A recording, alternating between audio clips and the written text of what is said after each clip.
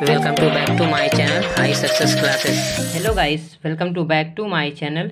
तो दोस्तों, आज हम क्लास टेंथ के विज्ञान का कुछ क्वेश्चंस लेकर आए हैं जो कि 2023 में पूछे जाएंगे। ठीक है, मतलब बहुत ही महत्वपूर्ण क्वेश्चंस हैं। इससे रिलेटेड तो क्वेश्चन आना कंपलसरी है। ठीक है, बहुत ही महत्वपूर्ण क्वेश्चन। यहाँ देखिए, पहला क्वेश्चन हमारा है, कह रहा है कि विस्थापन और द्विविस्थापन क्रियाओं में क्या अंतर है, इन अपक्रियाओं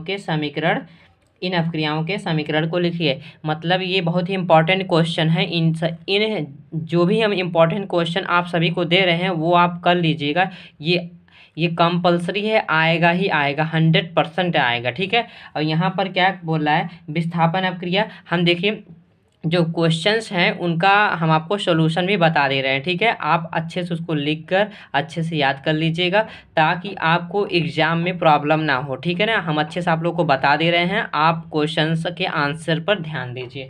यहाँ पर देखिए, कह रहा है कि विस्थापन अपक्रिया, ऐसी अपक्रिया, या तो ये जरूरी नहीं है कि इस अपक्रिया में, ठीक, कह सकते हैं ऐसी अपक्रिया। ठीक है, इस अपक्रिया में एक तत्व दूसरे तत्व को, ठीक है, उसके लवण के विलयन से विस्थापित कर देता है। ठीक है, एक तत्व दूसरे तत्व को उसके लवण के विलयन से विस्थापित कर देता है तो उसे हम क्या कहते हैं, विस्थापन। और साथ ही क्या है कि अंतर भी पूछा है, या आप लोग देख रहे हैं प्रश्न में, तो यहाँ पर अपक्रिया लिख देंगे। इससे क्या है कि दोनों में अंतर स्पष्ट हो जाएगा। ठीक है, यहाँ पर अपक्रिया लिख दिए हैं। यहाँ पर जेडियन क्या है, हमारा जिंक है, CuSO4 मतलब कापर सल्फेट है, कापर सल्फेट है। तो यहाँ पर जेडियन और कापर सल्फेट का रिएक्शन कराया गया है, जो कि यहाँ देखिए, कापर जो है, ध्यान दीजिएगा, जिंक कहाँ पर विस्थापित हो गया, इसके प्लेस पर। ठीक है, इसके प्लेस पर विस्थापित हो गया, इसमें देखिए। ठीक है, मतलब कि कापर के प्लेस पर जिंक हो गया। मतलब कि ये किसी तत्व को एक स्थान से दूसरे स्थान पर, मतलब कि किसी स्थान से हटाकर दूसरे स्थान पर रिप्लेस कर देना ही क्या है कि विस्थापन कहलाता है। ठीक है, अब देखिए यहाँ पर, इसके बाद देखते हैं द्विविस्थापन अपक्रिया। इस अपक्रिया में दो यौगिकों के मध्य आयनों का आदान प्रदान होता है। अब देखिए, यहाँ पर देखिए, एक तत्व दूसरे तत्व को उसके लवण के विलयन से विस्थापित कर देता है। ध्यान दीजिए, उसके लवण के विलयन से, ये विलयन है। ठीक है, विलयन है, एक तरह से विलयन है, और ये हमारा क्या है, एटम है, मतलब एक तरह से परमाणु कह सकते हैं, तत्व है। और यहाँ पर क्या है, विस्थापित कर देता है। यहाँ पर क्या है कि आयनों का आदान प्रदान होता है। ठीक है, आयन मतलब जैसे होते हैं पॉजिटिव और नेगेटिव जो चार्ज होते हैं, ठीक है, पॉजिटिव और नेगेटिव चार्ज होते हैं, उनको आयनों का क्या होता है, आदान प्रदान, लेन देन, विनिमय होता है। ठीक है, और यहाँ देखिए, फ्लेमिंग, थर्ड क्वेश्चन है, फ्लेमिंग के वाम या बायां हस्त नियम को लिखिए। यहाँ पर फ्लेमिंग के बाएं हाथ के नियम के अनुसार अपने हाथ की तर्जनी, मध्यमा तथा अंगूठे को इस प्रकार फैलाइए कि ये तीनों एक दूसरे को परस्पर लंबवत हो। ठीक है, एक दूसरे के परस्पर लंबवत हो। यदि तर्जनी चुंबकीय क्षेत्र की दिशा, ठीक है, यदि तर्जनी चुंबकीय क्षेत्र की दिशा और मध्यमा चालक में प्रवाहित धारा की दिशा की ओर संकेत करती है, तो यहाँ पर चलते हैं, संकेत करती है तो अंगूठा चालक की दिशा या बल की दिशा, ठीक है, चालक के गति की दिशा कह सकते हैं, कोई दिक्कत नहीं है, बल की दिशा की ओर संकेत करता है। तो मतलब कुछ फिगर हमारा इस प्रकार से बनेगा, तो आप इस प्रकार से फिगर बना देंगे। यदि आप मतलब कि फ्लेमिंग के मतलब कि बाएं हाथ का मतलब जो इस तरह से अंगूठा किया जाता है, मतलब अंगूठा एक तरह से कह सकते हैं, उसका स्ट्रक्चर जैसे भी बनता है, आप अगर स्ट्रक्चर बना देंगे तो और बेस्ट रहेगा, क्योंकि उसमें क्या है कि नंबर बढ़ने के चांसेस ज़्यादा रहते हैं। यहाँ पर देखिए, थर्ड क्वेश्चन है, विद्युत मोटर के सिद्धांत को लिखिए। विद्युत मोटर का सिद्धांत जो है वेरी वेरी इंपॉर्टेंट है, बहुत ही महत्वपूर्ण है। तो इसलिए हम इस क्वेश्चन को आप लोगों को बता दे रहे हैं। ये आप क्वेश्चन जो है, क्वेश्चन का आंसर भी बता दे रहे हैं, क्वेश्चन भी साथ में ही बता दे रहे हैं। ये कंपलसरी है, आएगा ही आएगा। ठीक है, और यहाँ पर देखिए, विद्युत मोटर विद्युत धारा के चुंबकीय प्रभाव का उपयोग करता है। ठीक है, चुंबकीय प्रभाव का क्या करता है, उपयोग करता है। जब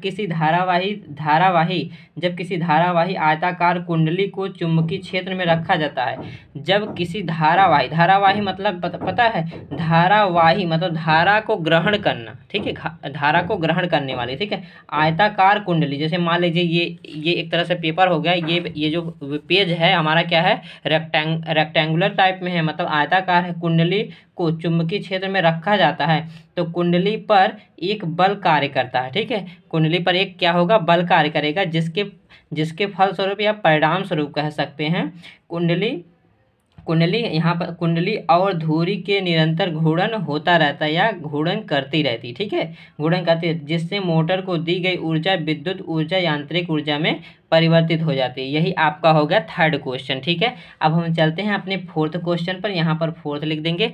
फोर्थ क्वेश्चन हमारा क्या है, फ्लेमिंग दक्षिण दायां हस्त नियम, मतलब कि दाएं हाथ का नियम, मतलब फ्लेमिंग के दक्षिण दाएं हाथ का नियम क्या है। फ्लेमिंग वहाँ पर देखिए बायां हमने पहले बताया था, यहाँ पर दायां बताना। ठीक है, फ्लेमिंग दक्षिण हस्त नियम के अनुसार, तो यहाँ पर देखिए अपने दाहिने हाथ की तर्जनी और मध्यमा तथा अंगूठे यहाँ पर अंगूठे हैं को इस प्रकार फैलाइए कि तीनों एक दूसरे के लंबवत हो। वहाँ पर भी लंबवत कहा गया था और यहाँ पर भी लंबवत कहा जा रहा है। तो यहाँ पर यदि तर्जनी चुंबकीय क्षेत्र की दिशा तथा अंगूठा चालक की दिशा की गति की ओर संकेत करता है तो मध्यमा चालक में प्रेरित विद्युत धारा की दिशा को दर्शाती है। तो मतलब कि एक तरह से ये आपका हो गया फ्लेमिंग के दक्षिणावर्त का नियम, दाएं हाथ का नियम। तो आप कुछ स्ट्रक्चर जो है इस प्रकार से क्रिएट कर सकते हैं, बना सकते हैं। ठीक है, तो ये बेस्ट रहेगा। आप अगर चाहते हैं तो मतलब जो हाथ मतलब बनाया रहता है, इस तरह से बनाया रहता है, तो उस हाथ का भी मतलब स्ट्रक्चर आप बना सकते हैं, कोई दिक्कत नहीं। अगर वो बना देंगे तो और बेस्ट रहेगा। यहाँ पर देखिए यह नियम, ठीक है, यह नियम कहाँ कहाँ पालन, जनित्र कार्य प्रणाली का सिद्धांत। यह नियम जो है जनित्र मतलब जनरेटर की कार्य प्रणाली का सिद्धांत है। यह नियम जो दिया गया है फ्लेमिंग के दाएं हाथ का नियम, यह है क्या है कि जनरेटर के कार्य प्रणाली का सिद्धांत है।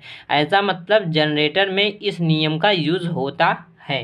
अब यहाँ पर देखिए प्रेरित विद्युत धारा की दिशा ज्ञात करने में काम करते हैं। ठीक है, पता है ना, काम करते हैं। अब यहाँ पर देखिए ओम का नियम, ये तो वेरी वेरी इंपॉर्टेंट है, बहुत ही महत्वपूर्ण है। ओम का नियम तो बहुत ही, ये बार बार पूछता है। ठीक है, ओम का नियम तो जब हम पढ़ रहे थे तब भी पूछा था ओम का नियम। ठीक है, ओम का नियम पूछा था, तो इसलिए हम कह रहे हैं कि ओम का नियम आप लोग पढ़ लीजिएगा। ठीक है, हमको इसका आंसर ही आप लोगों को अच्छे से बता दे रहे हैं। ठीक है, यदि भौतिक अवस्थाओं जैसे ताप, दाब मतलब टेम्परेचर, प्रेशर, वॉल्यूम आदि को नियत रखा जाए, मीन्स कहने का मतलब है कांस्टेंट रखा जाए, तो विद्युत परिपथ मतलब तार। ठीक है, तार में धातु के तार के दो सिरों के बीच विभवांतर मतलब उसके स्टार्टिंग पॉइंट और एंडिंग पॉइंट, ठीक है, लास्ट पॉइंट, ठीक है, विभवांतर उसमें प्रवाहित होने वाली विद्युत धारा के समानुपातिक होता है। ठीक है, समानुपातिक मतलब होता है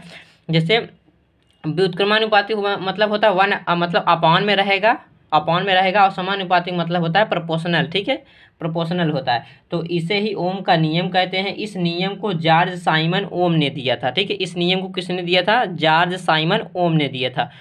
तो वीडियो तो दोस्तों आज के लिए इतना ही। अब हम नेक्स्ट वीडियो में आप लोगों से फिर मिलेंगे।